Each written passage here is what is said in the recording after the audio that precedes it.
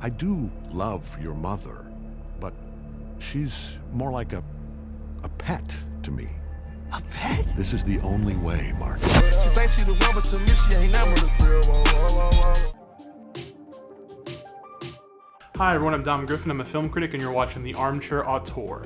This is an ongoing video series I do where we talk about new movies, old movies, screenplay analysis, that sort of thing, so if you like movies and pop culture and like to see somebody pick those things apart, please consider subscribing. Today we're going to be talking about the world of animated superheroes, and how despite its issues, I think it's right now going to be the space to watch if you like seeing superhero stories on screen, but are understandably burnt out by the unfettered proliferation of the genre in live action movies. If you're not new to the channel, you're probably very used to seeing me do sort of an ongoing seesaw about superheroes, one where I'm obviously both enamored by and addicted to the prevalence of superhero stories in popular culture, but I'm also fatigued and sick of them sort of overtaking the mainstream, to the degree that they're making it difficult to make other types of movies. But I love superheroes. I grew up reading them, I like watching them, I like consuming them in all forms. So I'm fine with superheroes being such a dominant genre in modern storytelling. But even the actual best superhero movies always feel like strange compromises, and there's a limit to how much they can truly mimic or translate what I love most about the comics. You either get something muted and realistic that feels in some way ashamed of its source material, or you try so hard to keep things authentic that it genuinely does look faintly ridiculous.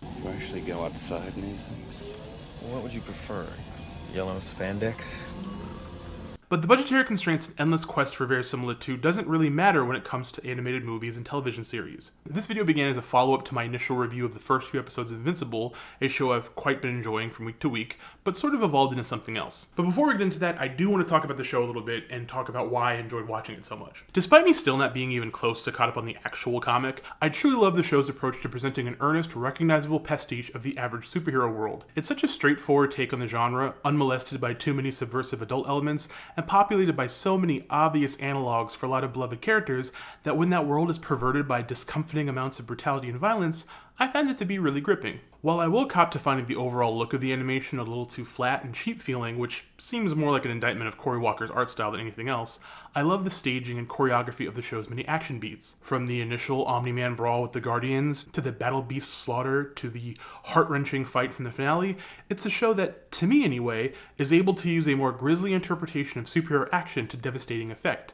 without ever feeling like it's just being gory for kicks. That coupled with killer voice acting, especially from Walton Goggins as Cecil, who steals the whole fucking show as far as I'm concerned, makes it feel like something that literally could not happen in a live-action adaptation, whether serialized for a streaming platform or for the multiplex. Yes, The Boys is great, but something that straight up satirizes the superhero genre is something very different than something that works earnestly within the genre itself. Obviously, the show is far from perfect, the music sucks, and the needle drops are worse. It's improved on the overall pacing of the comic series' first few trade paperbacks, but still feels like it spends too much time dallying with Mark's teenage life when we all really want more Omni-Man. But the criticism I hear the most is how boring its animation looks and feels to anyone who watches anime on an even casual basis. I am not one of those people. My lapsed weeb status is well documented on this channel, and while I keep a thick stack of recommendations from friends, I don't think my reintegration to the lifestyle is coming anytime soon.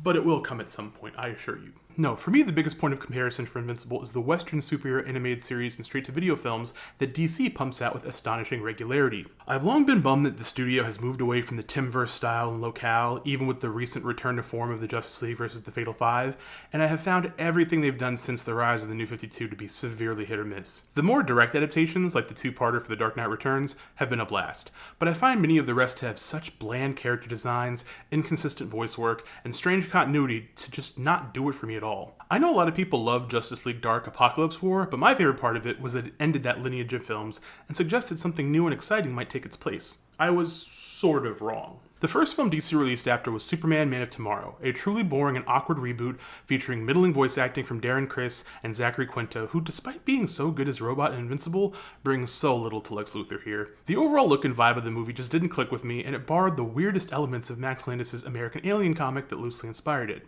I was not a fan. But then they put Batman Soul of the Dragon out, a 70s throwback blending kung fu flicks and blaxploitation influences to make a truly fun and enticing little flick teaming The Dark Knight with a bevy of DC heroes usually relegated to background status. It's such an entertaining little one-off with strong action scenes, an interesting plot, and lots of fun moments. It's the sort of thing none of the live-action movies can really replicate, because these movies have to appeal to everyone humanly possible, maintain broader cinematic universes, and make sense to normies. That paradigm doesn't allow for as much of the fun Elseworlds and what-if type stories the big two publishes for kicks. But again, going into this video, I thought things were going to follow more in the footsteps of Man of Tomorrow rather than Soul of the Dragon, and planned to check out the newest release, Justice Society World War II, solely to shit on it in comparison to Invincible. I was, instead, very pleasantly surprised. Though this new release keeps the same look as Man of Tomorrow, it is far more in line with Soul of the Dragon's positioning as something a little more off the beaten path. It stars Matthew Bomber as the Barry Allen Flash, trying to take Iris on a picnic date in Metropolis when he has to save the Darren Criss Superman from a fight with Brainiac that inadvertently sends him back to the past, World War II to be exact, where he teams up with the Justice Society to fight Nazis. That premise in and of itself isn't all that daring, but the film's central twist, that Barry isn't stuck in the past, but inhabiting a parallel Earth, Earth 1, that's darker and hews more closely to the sensibility of Golden Age comics, makes it feel genuinely special. It becomes a cautionary tale for Barry, both in his personal life as he witnesses a version of the Diana-Steve Trevor romance that rededicates his commitment to Iris, and for his professional one, as seeing the state of a world beset by such titanic obstacles drives him to convince his Earth Superman for the necessity of what will one day become the Justice League. The voice work is an improvement over Man of Steel as well, with Bomber in particular making me like the Barry version of the Flash more than I have in quite some time. It's got completely unredacted depictions of Nazis, not some neutered stand-in like Hydra, and the aforementioned romance between Diana and Steve is properly depressing, highlighting the disparity in their coupling more than maybe any other interpretation of the two. The whole plot gets repeatedly sidetracked by watching Steve try in vain to propose to Diana, only for her to repeatedly clown him and keep their situationship where it's at. It's the most like a Meg Thee Stallion song I've ever seen Wonder Woman behave. Real hot girl shit. But really what got me the most was its action and how inspired and exciting the displays of superpowers were.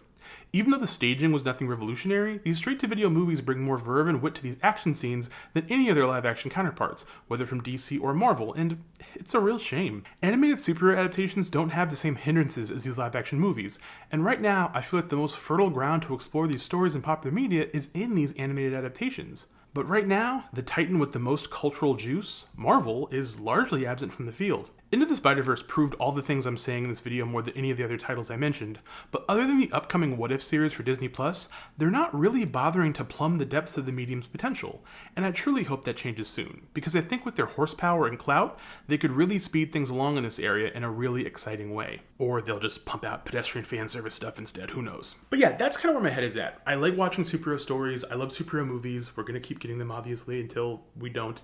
But I'm having way more fun with these animated stories because modern superhero comics from the big two largely bore me for the most part. Like there's nice things here and there, but for the most part I'm very over it. I feel like the real sweet spot is in these movies because they have the fluidity and motion of live action, but none of the restraints of live action. It's kind of the best of both worlds. Do you guys have any favorites that have come out recently? Like, do you guys like most of the DC movies that have come out recently that I, for the most part, don't like? Have you seen Soul of the Dragon? It's really fun. Is there ones that I've missed that maybe I should check out? Please don't bombard me with anime recommendations. I have a long list already. I'll get around to them as soon as I can, but for now, I'm probably not going to watch anything new. That's my video. If you guys liked it, please give it a thumbs up. If you have not subscribed, please subscribe. Hit the little bell icon to get notifications when I put out new videos. And as always, if you have more thoughts to share, put them in the comments below. I love talking to you guys. I hope everyone's staying safe, being good to yourselves and each other, wearing your masks, getting vaccinated, and getting ready to go back to the movies. I'll see you guys around. Bye.